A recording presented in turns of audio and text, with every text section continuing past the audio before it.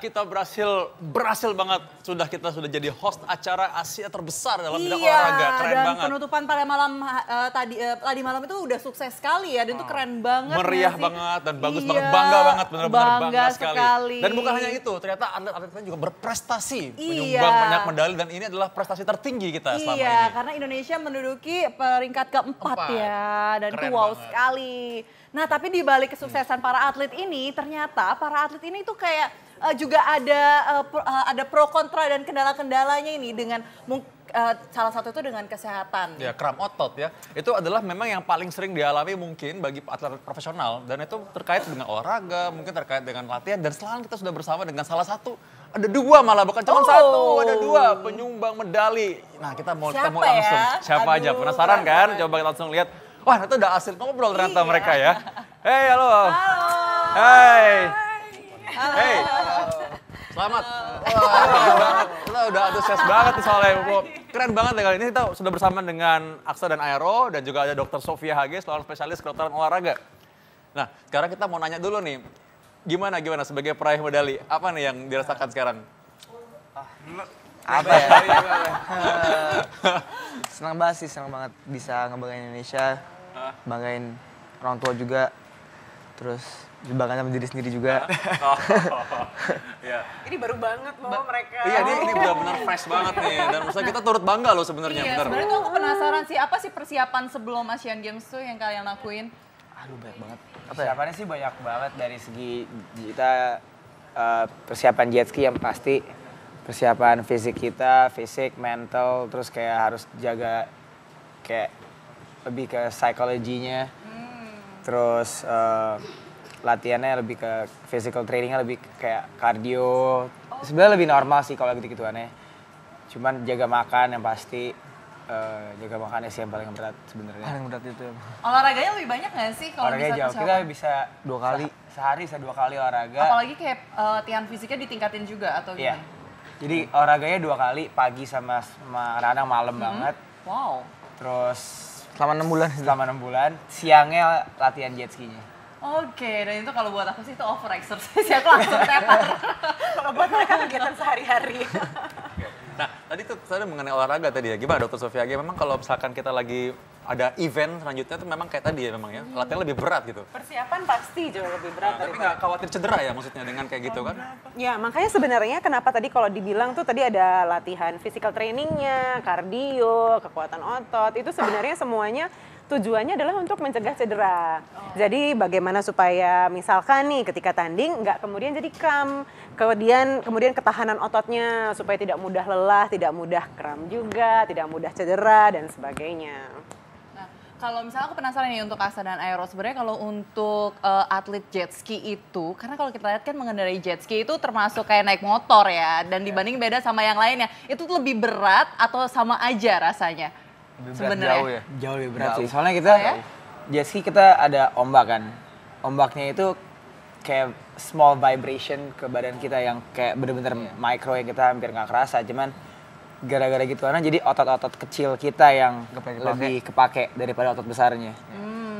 Gitu. Nah, kalau misalnya ngomongin otot, pernah ngalamin cedera nggak sih? Kalau misalnya pernah ngalamin cedera itu otot yang paling sering mengalami cedera itu otot apa nih kalau buat kalian berdua? Paling kalau otot cedera. Paling sering apa ya? Betis kira-kira? sih. Betis. Betis, Aku- Oh, arm, kenapa? palm. Aku bulan lalu pas lagi balapan di Amerika, kram. Kram apa? Kram betis. Pas lagi Oh. balapan. Kram juga ya? Itu posisi gimana tuh bisa kram maksudnya? Iya. Lagi berdiri kan lagi berdiri. Hah? Lagi mau finish, terus kram, foto kram. Terus jadi dana pelan-pelan, aduh sakit banget. Terus itu gimana kalau kalian cara mengurangi cederanya itu, kayak untuk menangani cederanya pada saat itu? Pas saat itu nggak Itu tahu diambil pokoknya jadi pakaian es aja sih waktu dia itu. pakai es. Iya. Oh, oke. Pakaian Sama es, stretching. ice stretching. Paling didinginin. Nah, kalau misalnya untuk penanganan seperti itu tuh benar atau nggak sih, Dok? Ya, jadi sebenarnya kalau cedera, kita bicara soal cedera olahraga kan ada macam-macam ya. Ada salah satunya kram, tapi selain itu juga ada tarikan, misalkan ototnya ketarik atau ligamennya yang tertarik atau robek sebagian gitu. Nah, kalau kita bicara soal kram secara spesifik, sebenarnya penanganannya berbeda dengan cedera olahraga yang lain. Kalau yang lain kompres dingin atau dikasih terapi dingin itu sudah bagus. Tapi kalau untuk kram sebenarnya yang paling baik adalah kompres hangat. atau memberikan terapi panas gitu. Nah, jadi biasanya salep yang diberikan itu biasanya, nah mulai, salep yang diberikan biasanya sifatnya yang hangat, bukan yang dingin. Kenapa? Kalau dia dikasih dingin, ototnya makin narik lagi nih. makin Betul. ya. Sementara mungkin nyerinya hilang, tapi kemudian sesudah beberapa menit, nah kemudian timbul lagi nih narik lagi karena ikatan ototnya atau sel-sel ototnya ini nggak rileks gitu. Jadi biasanya sambil otot kram sama ketarik apa? Nah, jadi biasanya betul. betul. Kalau otot kram tuh biasanya akhirnya entah otot yang kram itu misalkan contohnya betis nih ya. Betisnya kram jadi dia akan narik ke arah tertentu. Jadi kayak contohnya misalkan kayaknya telapak kakinya kok pengen ke sana aja. Itu berarti kram, tarik ke arah yang berlawanan, kasih terapi hangat dan sakitnya karena tentu sakitnya karena ketarik ya ototnya. Pelan-pelan dimasas menuju jantung supaya aliran darahnya lancar sehingga ototnya bisa pelan-pelan rileks lagi. Tujuannya adalah kram itu sebenarnya ototnya kontraksi. Yang kita pengen ototnya rileks lagi. Jadi kasih yang hangat, pijit pelan-pelan, dirileksin gitu supaya habis itu bisa balik lagi tanding. Cuma yang kita penasaran nih, gimana jadi kalau misalnya kram terus tengah laut gitu. Iya, betul. Serem gak sih? Iya. Iya kan? Cuma jangan jawab dulu ya, kita kembali saat lagi tetap dalam acara Ayo Hidup Sehat. Tadi udah pernah ya, kram pasti pernah kram kan? Tadi kan kita nanya nih, kalau di laut tuh gimana kalau lagi kram tuh? Kalau lagi balapan sih lanjutin terus sampai finish. Nah dari antara tadi nih yang disebutin tadi, pernah kram yang mana aja tadi? Ada berapa kram? Kram otak pernah, kram otak. Yang tadi ya kram pinggang, kram betis. Kram otak tuh brain freeze kali ya? Iya. Iya, itu bisa juga. Paling sering betis sih. Betis paling sering ya? Betis kanan kiri, sering lagi tidur, kram, lagi balap, kram. Nah, tadi kan kalau udah hampir finish pernah katanya kram kan? Tapi kalau lagi sementara balapan tuh gimana mengatasinya? Lanjutin. Kita harus udah komit sama balapan ya selesai. Jadi terusin itu nahan sakitnya kayak gimana tuh? Ya, nahan Udah sakit. lupa ya rasa sakitnya Pernah kayak. diangkat ya kakinya? Iya pernah sampai ya adrenalin tetap jalan, kram tetap jalan. Jadi lanjut. Oke, nah kalau misalnya kalian tuh pernah kayak pakai obat-obat kayak balsam atau krim-krim yang lain itu? Enggak? Atau Nggak pernah. Kalau kayak personally I don't like balsam karena bau and dingin jadinya. Cuma Iya. kalau kena AC jadi dingin banget jadi iya, kurang iya, suka. iya. bener nggak sih kalau dok katanya tuh kalau misalnya pemirsa-pemirsa juga banyak kan kalau misalnya mereka kram otot atau kram sesuatu, mereka tuh pakai balsam. Itu bener atau enggak, Dok? Tergantung, karena balsamnya dingin atau panas. Karena Oh, balik oke. lagi, penanganan kram sendiri itu harus dengan terapi hangat atau terapi panas. Jadi yang pertama kali harus diberikan bukan suhu dingin, tapi suhu hangat. Jadi entah itu kompres dengan handuk yang hangat, atau kasih salep atau krim yang hangat. Kemudian yang berikutnya adalah coba rilekskan ototnya, jadi tarik ke arah yang berlawanan dengan dia kontraksi, kemudian coba kasih pijatan-pijatan lembut lah ke arah jantung supaya ototnya lemes lagi. Nah, kalau mereka nih masalahnya adalah karena mereka balapan, jadi nggak mungkin mereka men-stop permainannya untuk itu gitu. Jadi makanya tadi kalau diceritain sampai ya udah jalan aja, mau kakinya digantung, mau diangkat gitu kan. Karena ini kan kayak balapan ya gitu. Jadi nggak mungkin bisa berhenti terus, aduh tolong kasih salep dulu terus kita lanjut lagi. Ya udah sampai mana balapannya gitu kan. Tapi Dit, pernah nggak ngomong ini kan atlet nih? Iya. Pernah nggak ngalamin lagi tidur terus kram gitu? Iya, pernah nggak? Tidur sering. Lumayan. Sering. Lumayan. Tuh. Tapi itu kayaknya sering. bagi masyarakat juga sering tuh. Jadi bukan cuma atlet doang, lagi tidur juga kram ayo. Tapi itu kayak udah sering jadi kayak cepet sadar gitu langsung lemesin. Langsung kebangun nggak Jadi sih? pas mau kram kayak Langsung lemesin, kagetin. Iya. Kalau misalnya kalau udah kayak gitu kayak diapain nih, di stretching atau ditarik itu atau dibiarin aja? biarin aja. Biarin aja sih. Biarin aja nanti juga hilang Sampai ya. hilang sendiri. Iya. Nah kalau misal Tapi masyarakat mungkin pengen tahu ya gimana. Iya. Soalnya kan panik tuh biasanya lagi malam-malam tiba-tiba, loh kenapa nih? Kayak takut ketindihan apa gue, tapi di betis doang gitu. Nah gimana? Nah, jadi memang penyebab kram itu bisa macam-macam. Pertama, kalau misalkan untuk atlet biasanya adalah karena peningkatan intensitas. Misalkan mereka lagi tanding, terus mereka tiba-tiba ningkatin intensitas. Misalkan kayak mereka mau ngejar nih, finish atau mau ngejar seseorang gitu. Nah, itu termasuk salah satu faktor resiko untuk kram. Kalau untuk orang awam atau orang umum nih gitu, apalagi kalau misalkan pas tidur, nah biasanya ibu hamil tuh juga sering tuh tiba-tiba kebangun karena kram.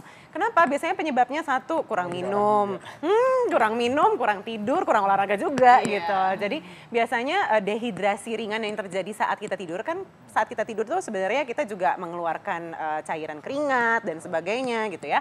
Nah jadi dehidrasi ringan yang terjadi ini dapat menyebabkan kram. Kalau misalkan kita kurang minum, apalagi kalau untuk ibu hamil karena dia kan lagi ada janin ya, jadi mudah sekali hilang cairan. Nah, kalau misalkan kurang minum akan biasanya efeknya gitu, pas lagi tidur, wah tiba-tiba bangun kram sakit nih gitu. Dan kadang-kadang kan kalau orang awam nggak tahu mesti ngapain, mereka udah tahu tinggal lemesin aja kakinya selesai gitu kan. Ntar hilang-hilang sendiri juga. Tapi kadang-kadang kalau orang kram terus kaget gitu, nggak tahu ini kenapa. Kayak tadi dibilang sama dokter Vito kan, ini jangan-jangan ketindihan lagi.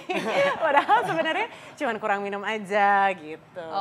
Oke, sebenarnya kalau sering kram itu berbahaya nggak sih dok sebenarnya? Sebenarnya sih kalau bahaya atau enggak tergantung ya. Karena kalau dibilang fatal enggak, ya enggak fatal sih. Tapi nyaman enggak? Ya enggak nyaman. Tapi kalau nggak nyaman. Nggak nyaman. Tapi kalau untuk atlet fatal enggak? Ya dalam artian relatively fatal karena buat mereka bisa kehilangan pertandingan gitu. Jadi fatal atau enggak ya relatif siapa yang ngalamin ya. Kalau kita bilang biasa aja dibiarin juga ntar kramnya hilang sendiri. Buat mereka ya kehilangan berapa detik nih gitu. Iya. Terakhir kali kram kapan? Kapan?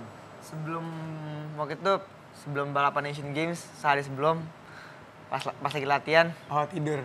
Enggak dong, enggak. Pas gue habis mental.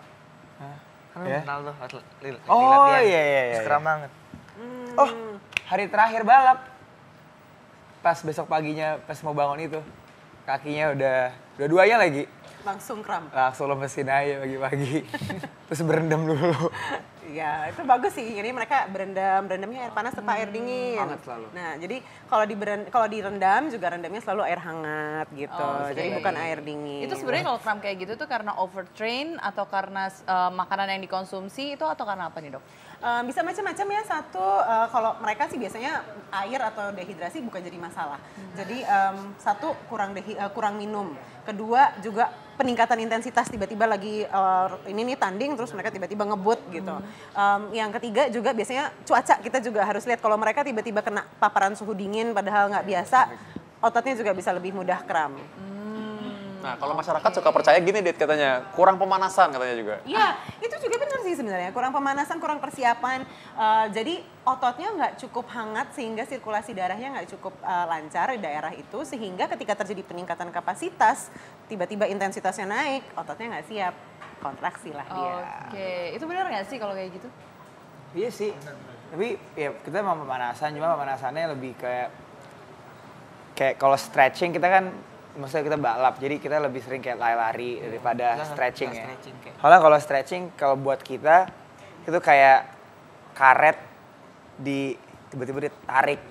Coba kayak kayak karet dingin ditarik, pasti copot kan. Jadi kita lebih kayak pelan-pelan. Jadi kita lebih kayak jalan terus lari daripada kita main stretching yang baru bangun terus stretching, nggak pernah gitu sih. Oh jadi pemanasan kalian kalau jet ski ini, karena jet ski ini terus terang aja kan kita kan pikir tadinya cuma kayak naik motor ya, pemanasannya kayak gimana tuh misalnya? Tetap lebih ke lari kecil, kayak lebih ke kardio kecil sih biar jantungnya tetap ngepumpnya bener, jadi nggak kaget juga pas balap.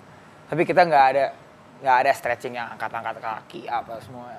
Oh gitu, gue pikir kita niru-niruin posisinya kan, biar biasa gitu kan di sana ya. Paling Oh, jadi stretching lari buat malah ya? punggung sih. Stretching buat punggung. Nah itu aman, itu penting banget tuh karena kan mereka duduk terus ya. Duduk terus. Dan abis itu mereka kadang-kadang dari duduk suka berdiri juga kan ya. Jadi otot punggungnya juga harus main dan harus kuat.